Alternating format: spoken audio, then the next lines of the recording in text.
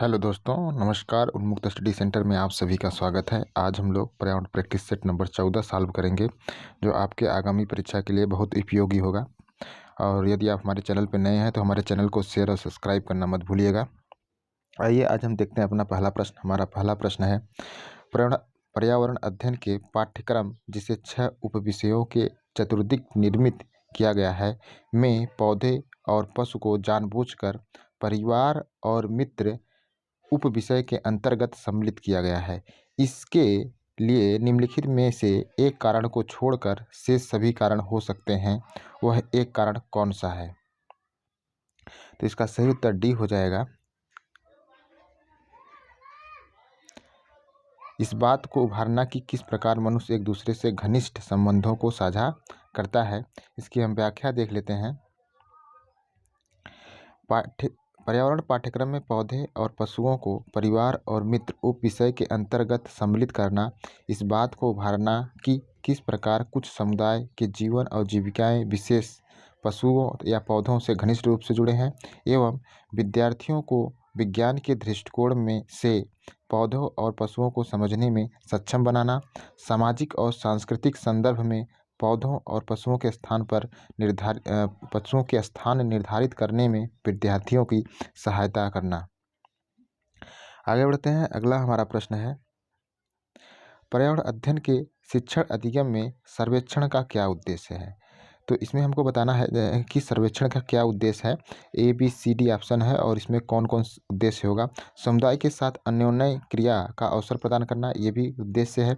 बच्चों को विभिन्न लोगों के प्रति संवेदनशील बनाना, ये भी उद्देश्य है। सूचना को प्रत्यक्ष प्राप्त करने का अवसर प्रदान करना, ये भी उद्देश्य है। आकलन के एक अवसर के रूप में इसका उपयोग करना, उपयुक्त में से कौन सा सही है? आकलन के रूप में अवसर के रूप में, ठीक है, आकलन के रूप में अवसर के रूप में इसका उपयोग करना। तो इसमें ये बताना है हमको उपयुक्त में से कौन सही है। तो इसका सही उत्तर डी हो जाएगा, सॉरी सी हो जाएगा। ABCD चारों सही हैं। ठीक है, आगे हम इसकी व्याख्या देख लेते हैं।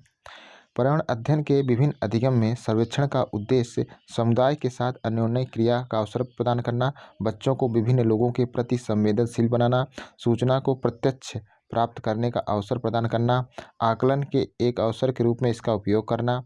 अतः चारों विकल्प इसके सही हैं। आगे बढ़ते हैं। अगला हमारा प्रश्न है, शिक्षक को इन उत्तरों का सामना किस प्रकार करना चाहिए? शिक्षक को इन उत्तरों का सामना किस प्रकार करना चाहिए? इसका उत्तर सी होगा, जल चक्र का एक मानक चार्ट प्रदर्शित करके। इसकी हम व्याख्या देख लेते हैं। शिक्षक को बच्चों के वाष्पीकरण के बारे में उचित ढंग से बताने के लिए जल चक्र का एक मानक चार्ट बच्चों के सामने प्रदर्शित करें, जिससे बच्चे देखकर सीखें।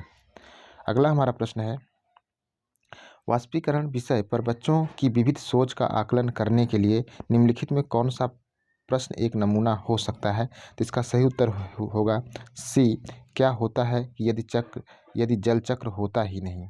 तो इस नमूने के आधार पर हम वाष्पीकरण के विषय पर बच्चों को समझा सकते हैं। आइए इसकी व्याख्या देख लेते हैं। वाष्पीकरण विषय पर बच्चों की विविध सोच का आकलन करने के लिए बच्चों से प्रश्न किया जाए कि क्या होता है यदि जल चक्र होता ही नहीं। इससे बच्चे पूर्व में शिक्षक द्वारा बनाए गए जल चक्र चार्ट के विविध प्रकार के उत्तर देंगे।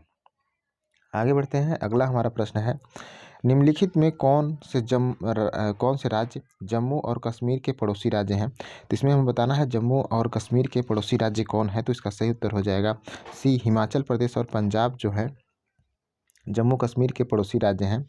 ठीक है, जम्मू कश्मीर जो है भारत का सबसे उत्तरी प्रदेश है। आगे बढ़ते हैं। अगला हमारा प्रश्न है, देखिए इसमें प्रश्न दिया गया है, प्रत्येक स्थान के नाम के साथ उस क्षेत्र में बनाए जाने वाले सामान्य घरों के सही विवरण का मिलान कीजिए। तो हम इसकी डायरेक्ट व्याख्या ही देख लेते हैं। देखिए, जो मनाली है, मनाली में पत्थर या लकड़ी के बने हुए ढालू छतों वाले घर होते हैं। ढालू छत वाले घर क्यों होते हैं? क्योंकि वहाँ बर्फबारी होती है। ठीक है। दूसरा है राजस्थान, मिट्टी के घर जिनकी छतें कटीली झाड़ियों से छाई होती हैं, ये राजस्थान में होता है। असम में बांस के खंभों पर बने ऊंचे उठे हुए घर, ये असम में होते हैं। और लद्दाख में आपका पत्थरों के बने घर जिनके फर्श और छतें लकड़ी की बनी होती हैं। ठीक है, लद्दाख में पत्थर के बने घर जिनके फर्श और छतें क्या होती हैं? लकड़ी की बनी होती हैं। आगे बढ़ते हैं। अगला हमारा प्रश्न है, पशुओं की त्वचा पर विविध पैटर्न है। तो पशुओं की जो त्वचा पर विभिन्न पैटर्न होता है, तो उनकी त्वचा पर बालों के कारण होता है। जो ये पैटर्न होता है उनकी त्वचा पर बालों के कारण होता है। आइए हम इसकी व्याख्या देख लेते हैं। पशुओं की त्वचा पर विविध पैटर्न की त्वचा पर बालों के कारण होता है, जैसे बाघ, जिराफ, बकरी, इनका जो पैटर्न हमको दिखाई देता है उनकी बालों के कारण। आगे बढ़ते हैं। अगला हमारा प्रश्न है, जो व्यक्ति जंगल में कम से कम 25 वर्षों से रह रहे हैं, उनका उस जंगल भूमि पर और उसमें पैदा होने वाली वस्तुओं पर अधिकार है। यह जनादेश किसके द्वारा किया गया? तो इसका सही उत्तर हो जाएगा डी, जंगल अधिकार अधिनियम 1907। जंगल अधिकार अधिनियम 1907 के द्वारा यह किया गया। ठीक है, इसकी हम व्याख्या देख लेते हैं। जो व्यक्ति जंगल में कम से कम 25 वर्षों से रह रहा है, उसका उस जंगल भूमि पर और उसमें पैदा होने वाली वस्तुओं पर अधिकार जंगल अधिकार अधिनियम 2007 द्वारा माना गया है। यह अधिनियम जनजाति एवं अन्य परंपरागत वनवासियों को वह अधिकार जो इंडियन फॉरेस्ट एक्ट 1923 के तहत छीन लिया गया था, उन्हें पुनः प्रदान किया गया है। याद रखिएगा, इंडियन फॉरेस्ट एक्ट 1923 के तहत छीन लिया गया था, लेकिन जंगल अधिकार अधिनियम 2007 द्वारा इन्हें प्रदान किया गया। आगे बढ़ते हैं। अगला हमारा प्रश्न है, निम्नलिखित में से मच्छरों द्वारा फैलने वाले रोगों का समुच्चय कौन सा है? तो मच्छरों के द्वारा कौन सा रोग फैलता है? तो डेंगू देखिए फैलता है, मलेरिया भी फैलता है, चिकनगुनिया भी मच्छरों के द्वारा फैलता है। आइए हम इसकी व्याख्या देख लेते हैं। मच्छरों से फैलने वाले रोग डेंगू, मलेरिया, चिकनगुनिया है। डेंगू और चिकनगुनिया एडीज मच्छरों के काटने से होता है। डेंगू और चिकनगुनिया जो है एडीज मच्छरों के काटने से होता है। इन दोनों के लक्षण लगभग एक जैसे होते हैं। जोड़ों में दर्द, दोनों प्रकार की बीमारी रहता है, परंतु चिकनगुनिया में यह दर्द वर्षों तक रह सकता है, जबकि मलेरिया में के वाहक मच्छर मादा एनीफ्लीज है। ठीक है, यह रोग प्रोटोजोआ परजीवी के द्वारा फैलता है। आगे बढ़ते हैं। अगला हमारा प्रश्न है, घड़पड़ी पौधा है। तो घड़पड़ी पौधा क्या है? घड़पड़ी पौधा जैसे मेढकों, कीड़े मकोड़े और चूहे के चालाकी से फंसाकर खा जाते हैं। जो घड़पड़ी पौधा होते हैं वह मेढकों, कीड़े मकोड़े, चूहों को चालाकी से फंसाकर खा जाते हैं, यानी ये मांसाहारी पौधे होते हैं। आइए इसकी व्याख्या देख लेते हैं। घड़पड़ी पौधे की पत्तियां पूर्ण रूप से या उनका कुछ भाग सुराही के आकार का होता है, जिनकी लंबाई 1 इंच से 1 फुट तक देखी गई है। ये पौधे मेढकों, कीड़ों मकोड़ों, चूहों को चालाकी से फंसाकर खा जाते हैं, जिससे उन पौधों में नाइट्रोजन की आपूर्ति हो जाती है। नाइट्रोजन की आपूर्ति के लिए वो लोग कीड़ों मकोड़ों, चूहों को चालाकी से फंसाकर खा जाते हैं।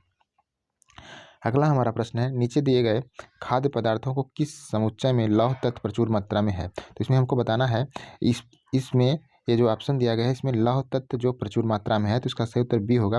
देखिए, आंवला, पालक, गुड़ में जो है लौह तत्व जो है प्रचुर मात्रा में है।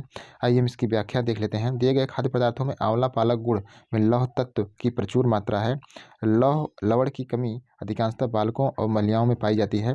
लवण से रक्त का हीमोग्लोबिन लवण से जो है रक्त का हीमोग्लोबिन बनता है, जो शरीर में ऑक्सीजन का संवाहक होता है। लौह तत्व की कमी से रक्त की यह क्षमता कम हो जाती है, जिससे अरक्तता यानी एनीमिया जिसे हम एनीमिया कहते हैं। ठीक है, आगे बढ़ते हैं। अगला हमारा प्रश्न है, हमारे देश के लगभग सभी भागों में मिर्च का उपयोग भोजन के पकाने में किया जाता है। ये हमारे देश में मिर्च को लाने की व्यवसायी आए थे, तो इसका सही उत्तर हो जाएगा दक्षिणी अमेरिका। ठीक है, दक्षिणी अमेरिका से जो मिर्च आया था, तो दक्षिणी अमेरिका से आया था। इसकी हम व्याख्या देख लेते हैं। मिर्च का मूल उद्गम देश जो है अमेरिका, मैक्सिको माना जाता है। हमारे देश में मिर्च लाने वाले व्यवसायी दक्षिण अमेरिका, मैक्सिको से आए थे। मिर्च एक कैप्सिकम वंश के एक पादप का फल है। यह सोलेनेसी कुल का सदस्य है। स्वाद, तीखापन और गूदे की मात्रा के अनुसार इनका उपयोग एक सब्जी और एक मसाले के रूप में किया जाता है। आगे बढ़ते हैं। अगला हमारा प्रश्न है, निम्नलिखित में कौन सा पक्षी कैक्टस पौधों के कांटों के बीच अपना घोंसला बनाता है? तो इसका सही उत्तर हो जाएगा ए, फाख्ता जो है कैक्टस पौधों के कांटों के बीच अपना घोंसला बनाता है। इसकी व्याख्या देख लेते हैं। कैक्टस पौधों के कांटों के बीच अपना घोंसला फाख्ता पक्षी बनाता है। यह सामान्यतः कबूतर के नाम से जाना जाता है।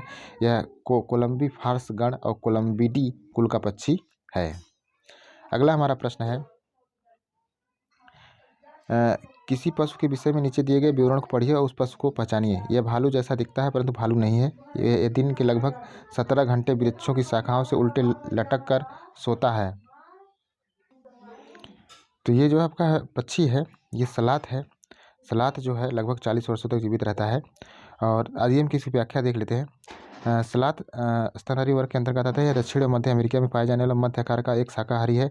यह धीमी गति से हिलने के लिए प्रसिद्ध है। आधुनिक सलाद जंगलों के वृक्षों पर रहते हैं। देखने में भालू जैसा परंतु भालू से भिन्न है।